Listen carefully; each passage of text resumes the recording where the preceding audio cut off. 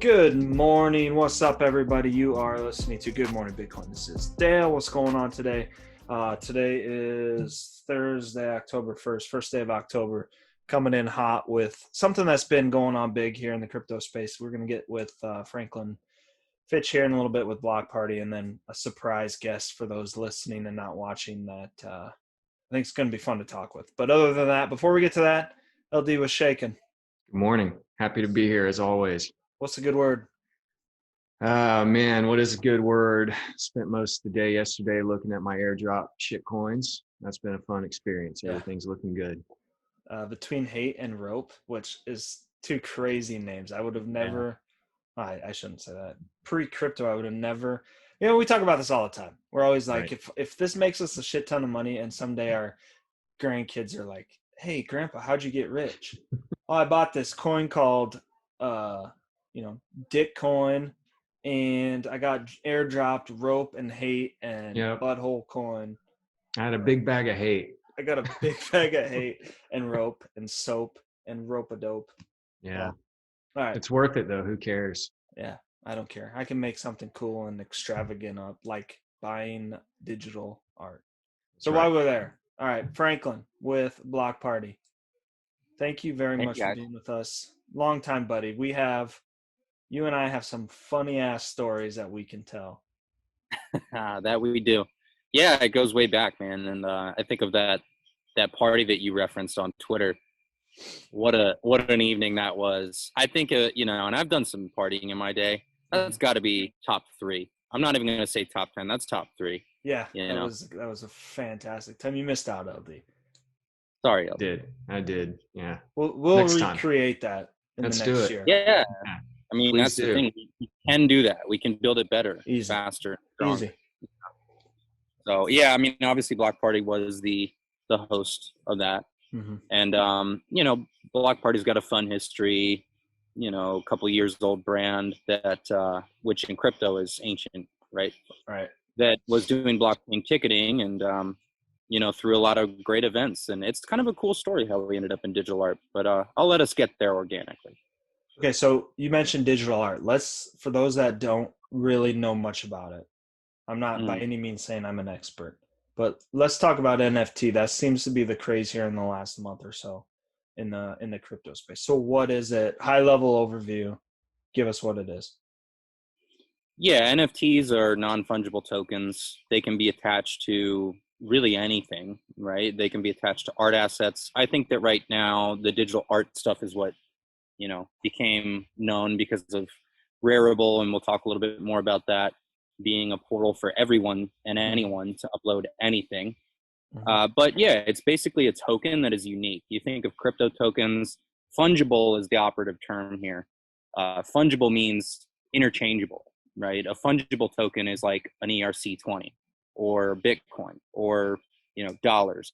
$1 is $1, period, right? One Bitcoin is one Bitcoin. One ERC20 is one ERC20. But in the non-fungible world, each of those tokens is unique, and they can be in sets of 100, they could be in sets of 50, they could be in sets of 1, right? Depending on how you mint the contract. But the TLDR is on Ethereum and soon to be very many other networks. You have been and will be able to mint completely unique tokens, which you can then attach to digital or physical objects. And these objects then become identifiable by, I think that's a high-level overview of what NFTs are. And there's so many things happening with art and with other industries with NFTs. But at its core, it's just a unique token that gets attached to a digital or physical object that then provides authenticity and a story of ownership for that object. So one question I've always had, I don't own any. Hate to say that. I'm semi-embarrassed with an artist on the line.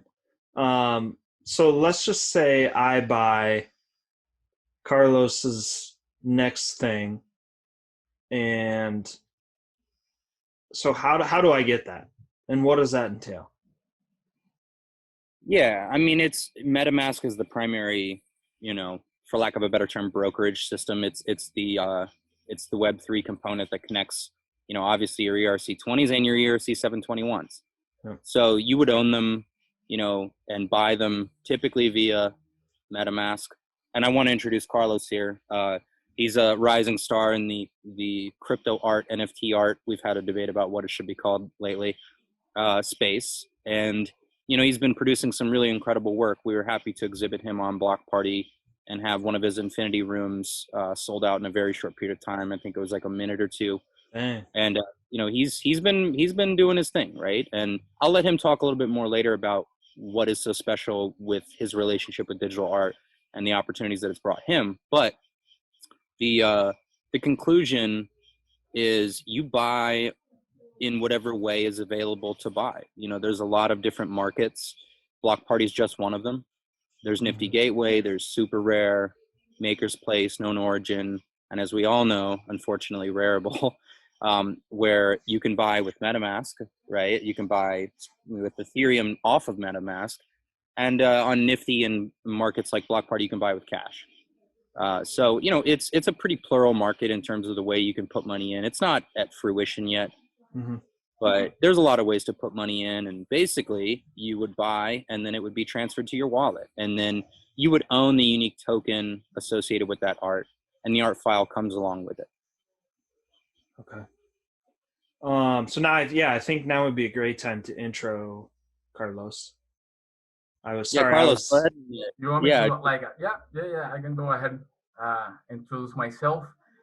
Thank you for having me, Dale, LD, Franklin, for inviting me. I mean, I'm always honored when people, that know probably a lot more than I know about crypto, are interested in what we're doing right now inside the crypto art NFT space. So thank you for having me. Like Franklin said, I'm Carlos. I'm a digital artist I was raised in Puerto Rico in the Caribbean, but I currently live in Mexico City. My mom is Mexican and my dad is Puerto Rican, so I'm mixed. And I live here in Mexico City, been living here for almost 9 years now.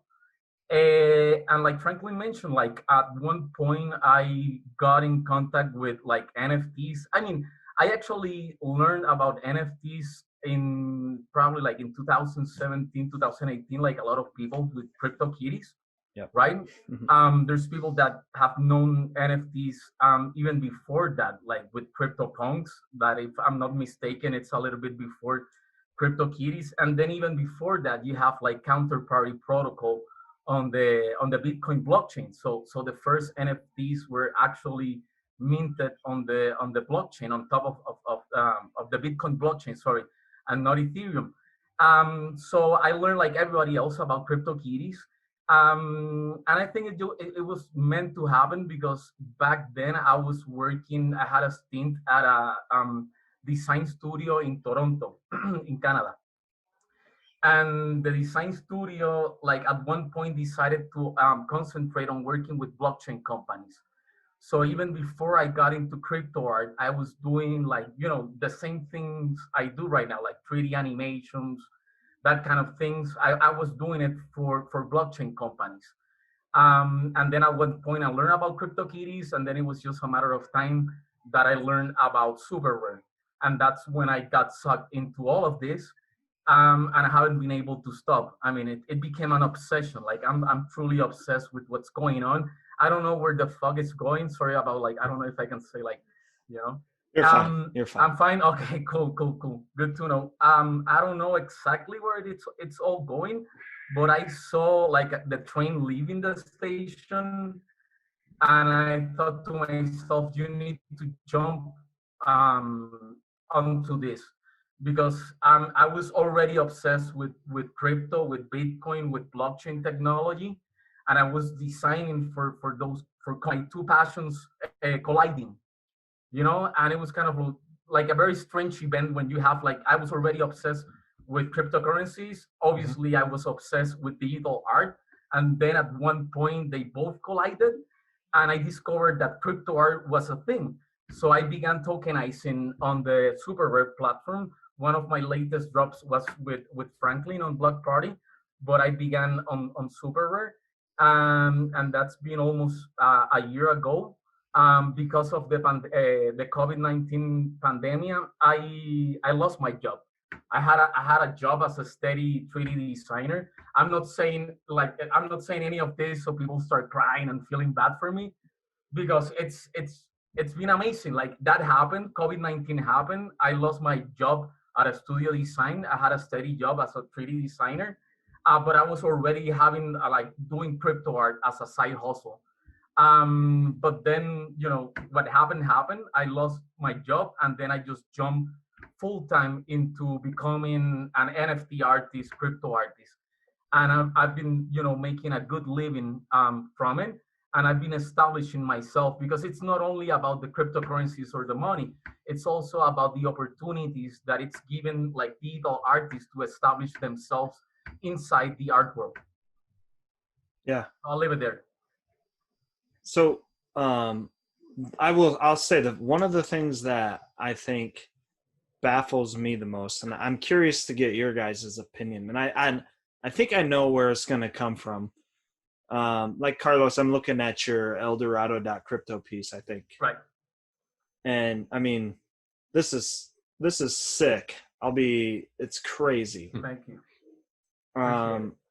But like, so my first thought on all of this, and I know other people, Franklin, I know you were talking about this on Twitter the other day. At first I thought, well, if someone puts something out there, I can just screenshot it and have it. But then I look at, like this Eldorado.crypto piece, Carlos, that you have. There's no screenshotting this.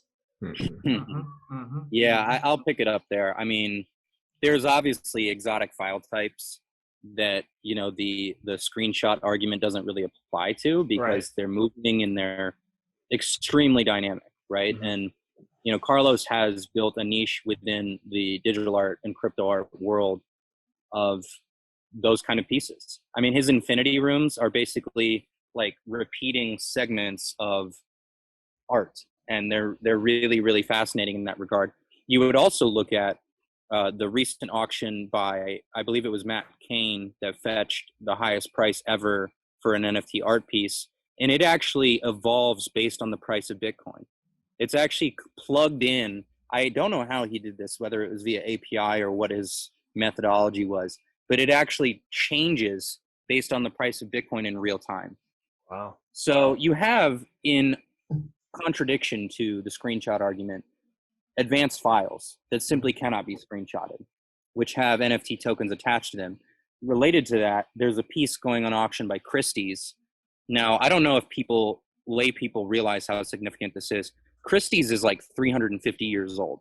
They're the oldest art auction house in the entire world. They auctioned the Salvator Mundi, which is the highest selling art piece ever in history, the Leonardo da Vinci Christ piece that was discovered. It fetched, I think, $450 million. Damn. They're auctioning a work as well based on NFT. So you have all these legacy, really powerful institutions, aware of, and I can promise you other institutions are aware of them too, household names, based on conversations that I've had. But you have all of that happening. You have pieces that have dynamicism that cannot be copied in a simple way. And you have the fundamental premise that the screenshot argument is more or less irrelevant, in my opinion. There's a podcast that's going to come out, if I'm not mistaken, tomorrow with Scott Melker, where he had on Justin Blau. Blau is a global DJ. He's a headlining act at major festivals and shows, and he happens to be director of music at Blockparty as well.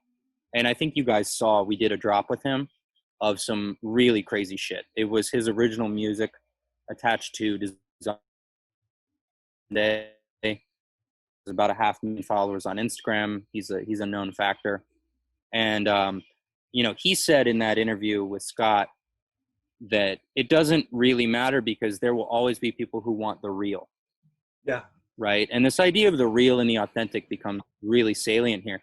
His point was, I don't want to buy fake Yeezys. They might have the same functionality as the real Yeezys, but there will be always collectors who only want the authentics. And that's why the market for real Yeezys is astronomically greater than for fake. And this has always been the case. There will always be fake goods. There will always be the ability to counterfeit goods. But if you think about the digital world, where in a post-COVID era, everything is moving digital, we know this. This is a universally acceptable conclusion.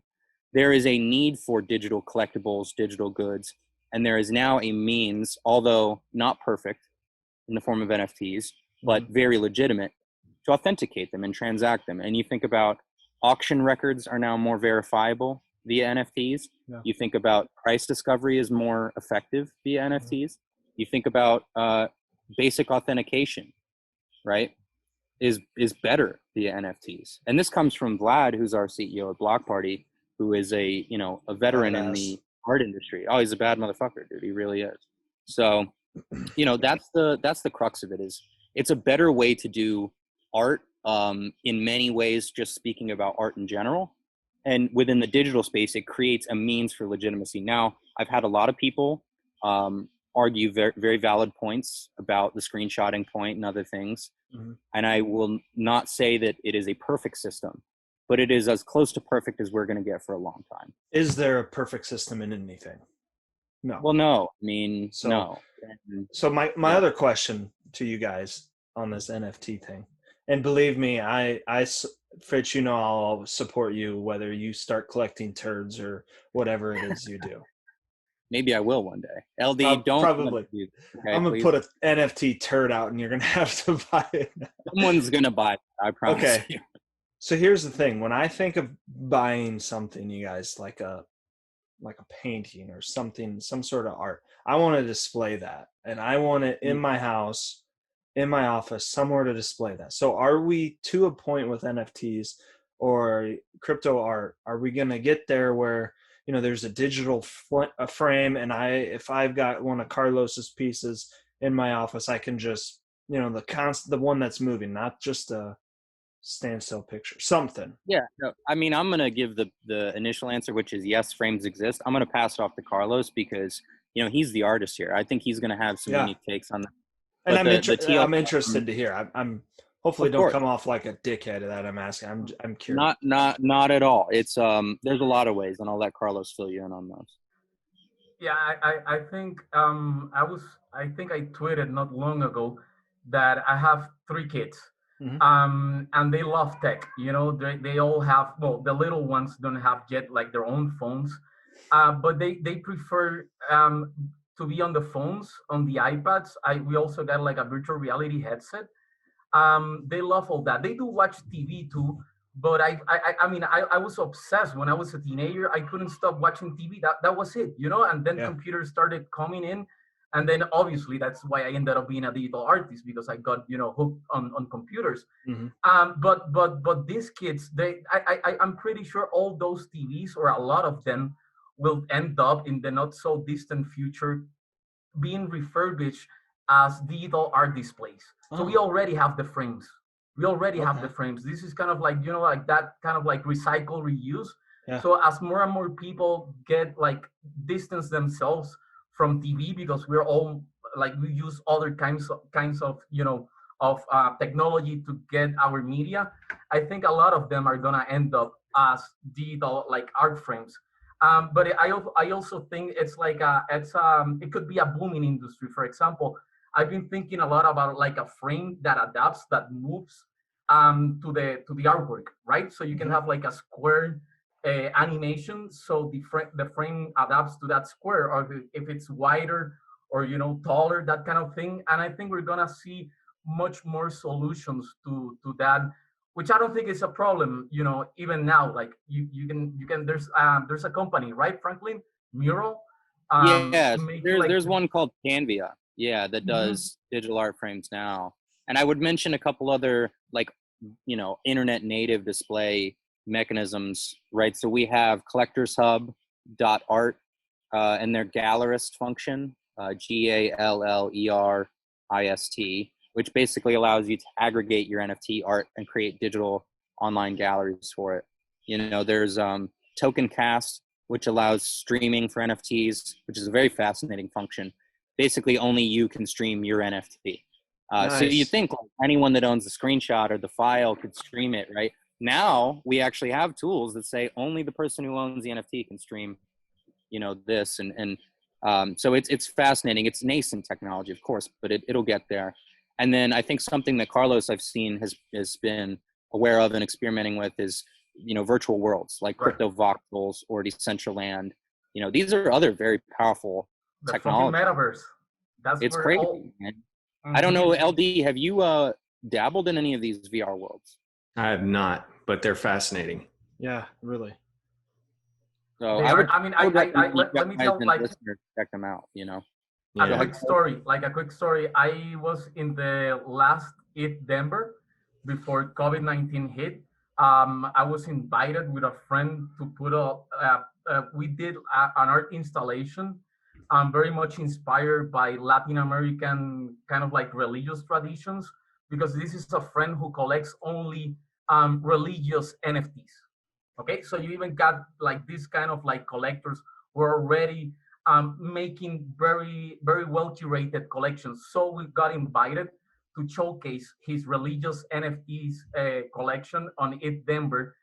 We even had Vitalik Buterin coming into the art installation because they gave us a whole room, and it was super fun to see Vitalik enjoying everything, NFTs.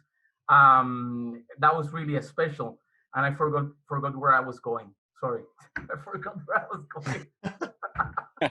No, I mean the display point, right? It's right. I think the physical, right? We haven't even talked about the physical. I mean, the actual in real life installations of this art. So I think you guys may have seen we're partnering with Kadaf, which is Contemporary and Digital Art Fair, who is a power player in digital art.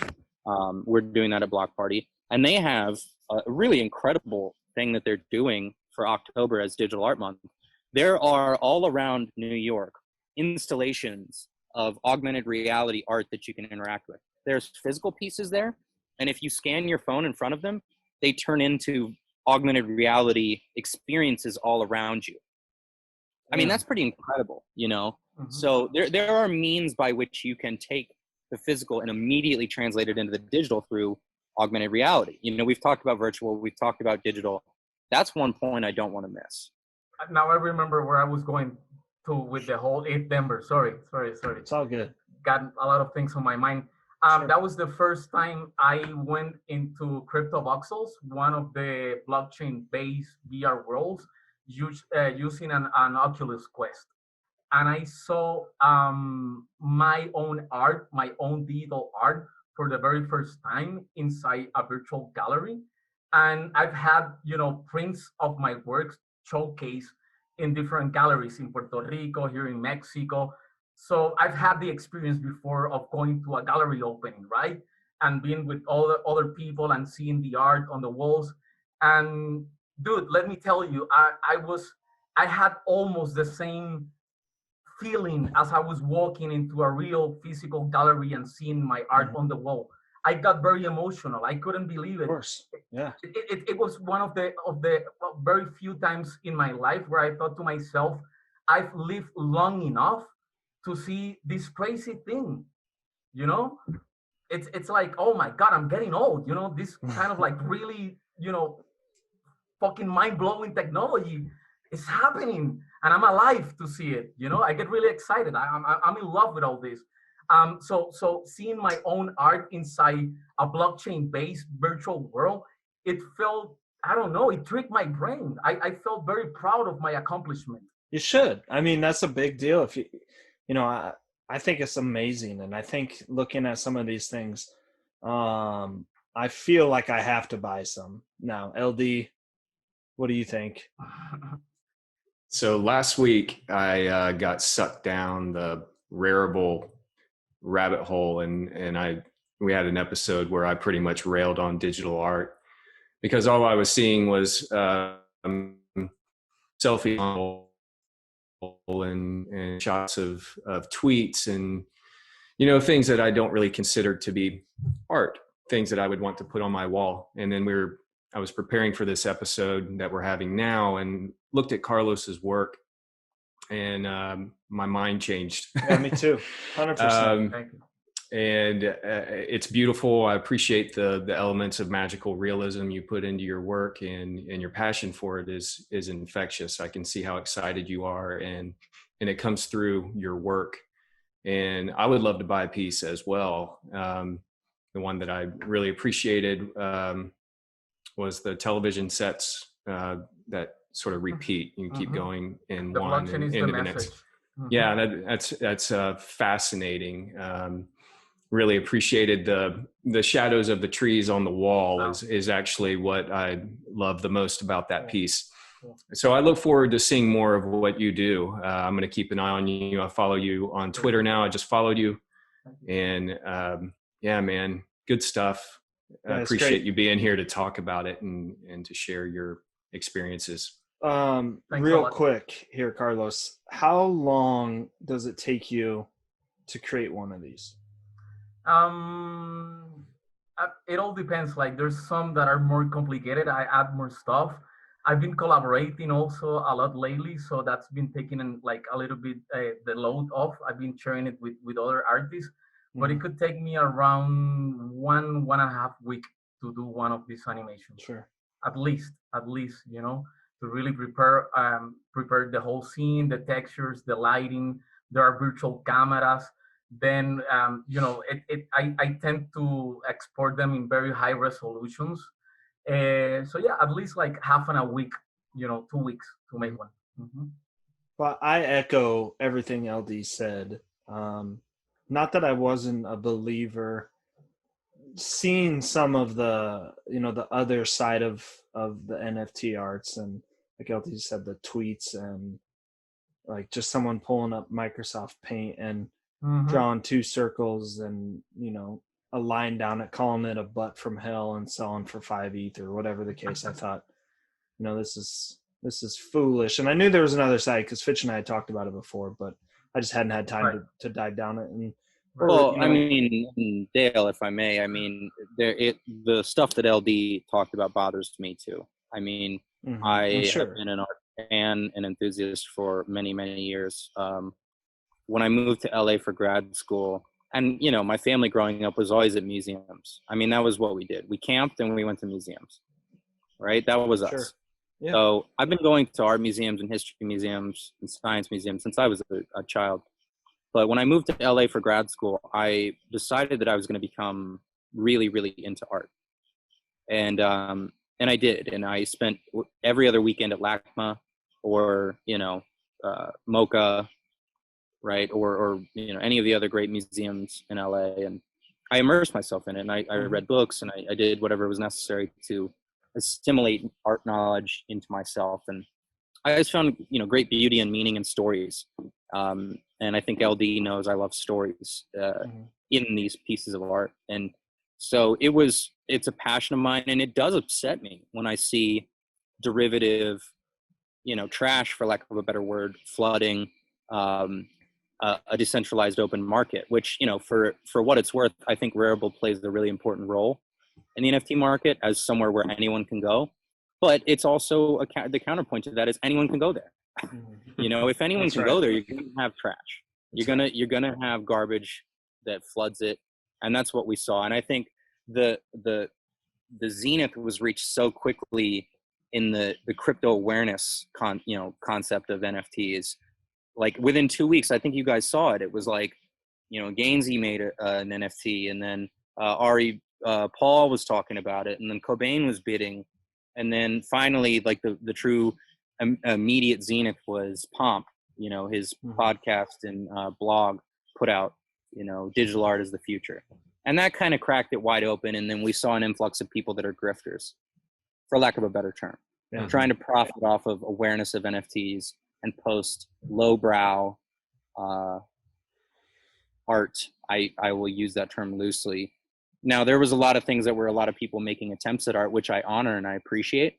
But the screenshot stuff, I just, it's a meme. It's a meme.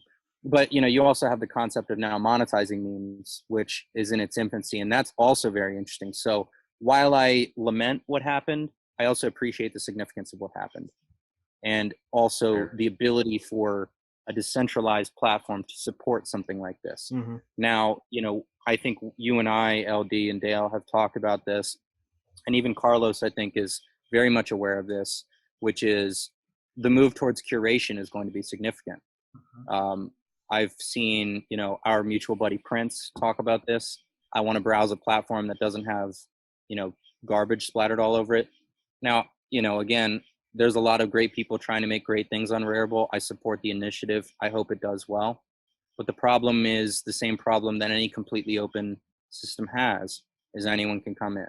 So we're going to see more interest in platforms that don't let everyone come in.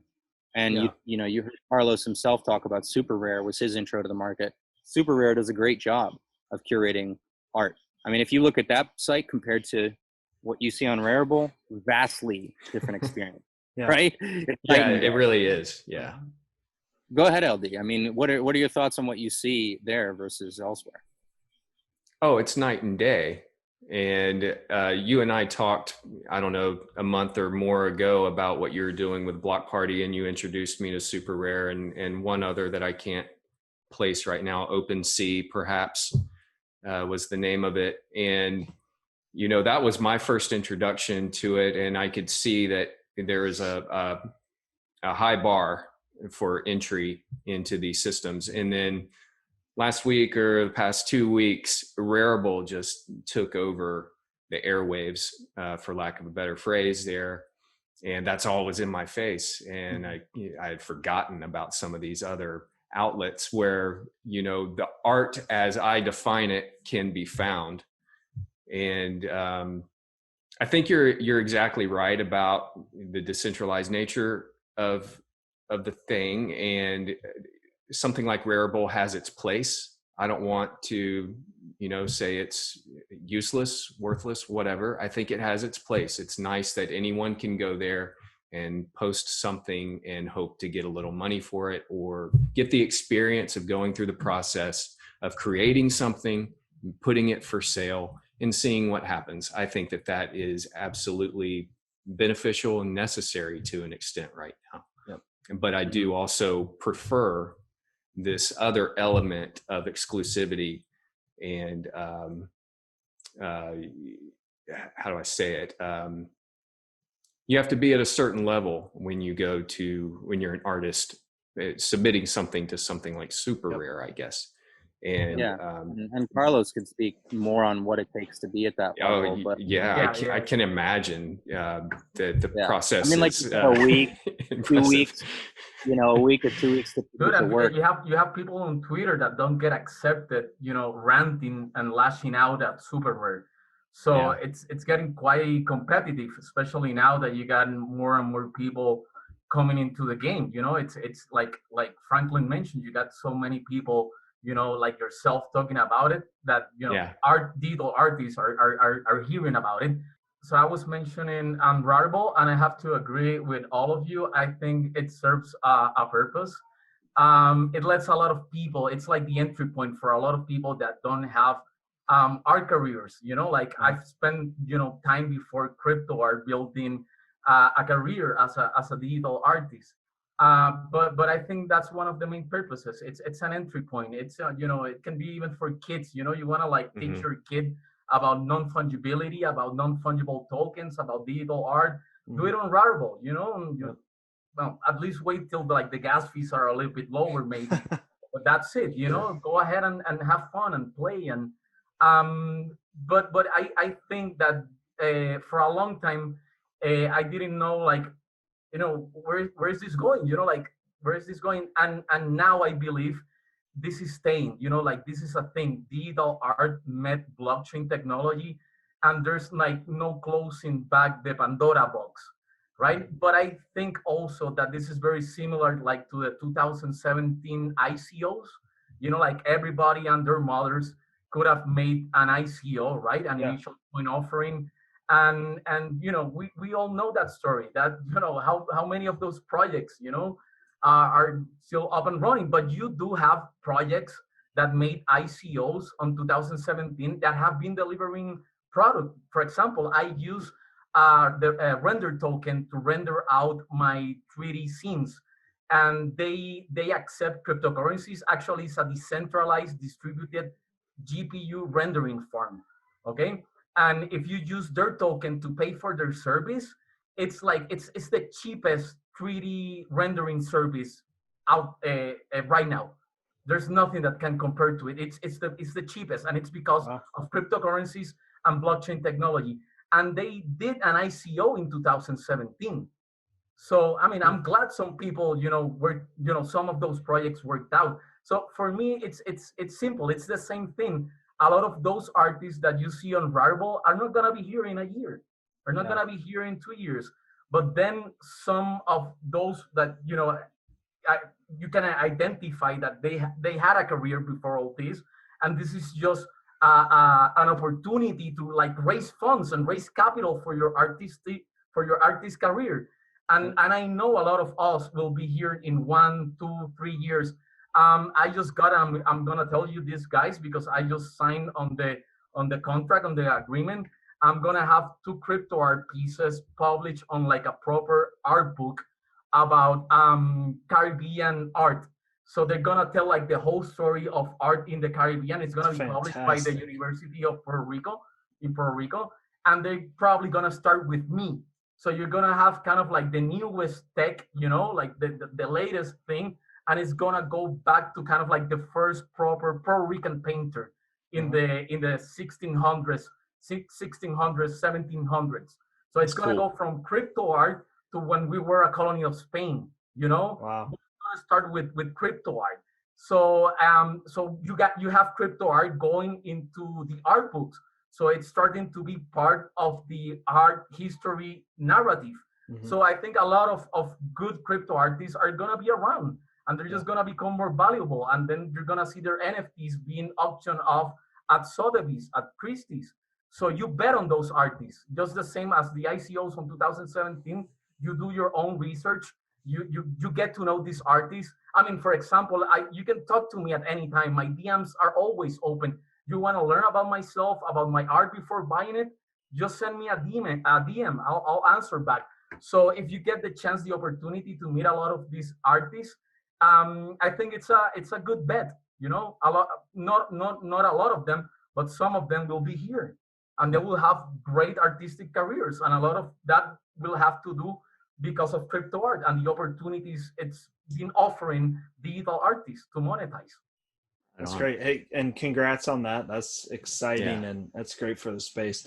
So if you guys want to follow Carlos on Twitter, I'm going to spell it. We'll have links in the show notes. So LD will provide those. It's Carlos, Marcialt. Fitch is crypto Fitch, and then toss Blockparty at Blockparty follow too. So guys, we appreciate you talking NFTs. We appreciate taking the time out of your busy schedule. Hope you guys both just keep smashing it. It's been fun watching this evolve, and Fitch, I know you've been a big part of it. So keep it up, the good work, you guys. Thanks, guys. It's always nice talking to you. Yeah. So make sure you guys, again, have a good day listening. Tune in tomorrow. No beans for breakfast. Tip your waitress. You guys stay safe, and let's hammer out the rest of the week. See ya. Boom.